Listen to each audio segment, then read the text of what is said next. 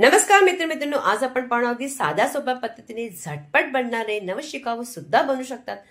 तर ते म्हणजे रव्याचे लाडू. आणि हे लाडू ना महिनाभर सुद्धा काही होत नाही. तर चला आणखीन जास्त काही न बोलता पटकन रेसिपीला सुरुवात करूया.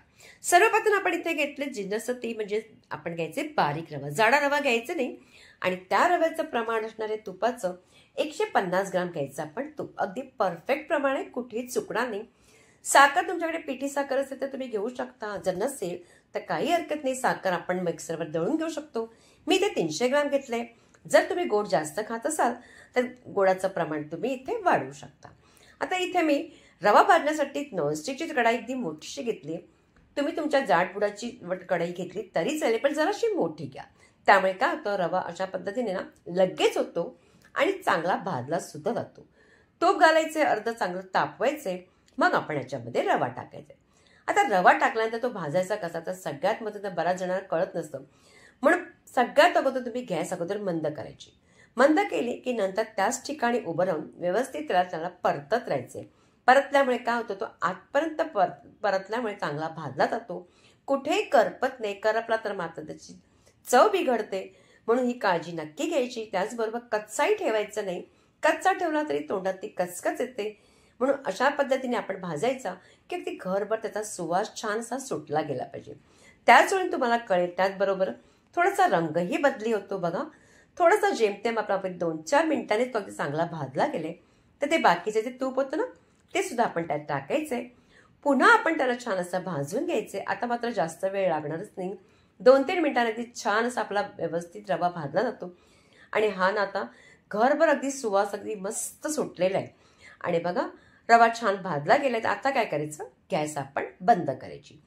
गॅस चालू असताना आपण पिठी साखर घालायची नाही. गॅस बंद करून नंतर पिठी साखर घालायची आणि नंतर व्यवस्थित साखर आणि रवा मिक्स करून घ्यायचं.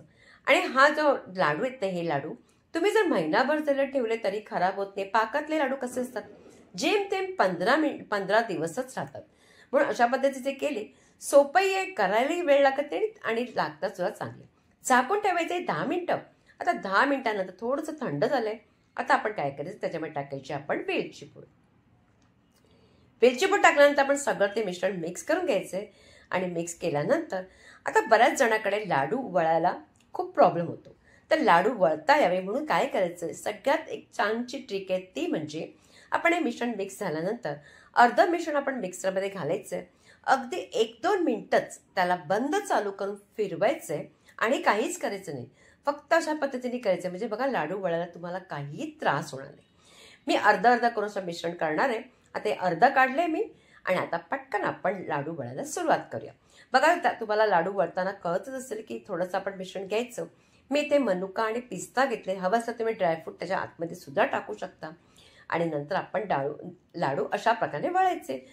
जर ज्यांना येत नसते ना ते सुद्धा लाडू अगदी व्यवस्थित वळतील. कारण का कधी रव्याचे लाडू दोन्ही हाताने आपण अशा पद्धतीने गोल करू शकत नाही, पण हे जे लाडू आहेत बघा मिक्सरमध्ये काढल्यामुळे ते गोल सुद्धा करू शकतात.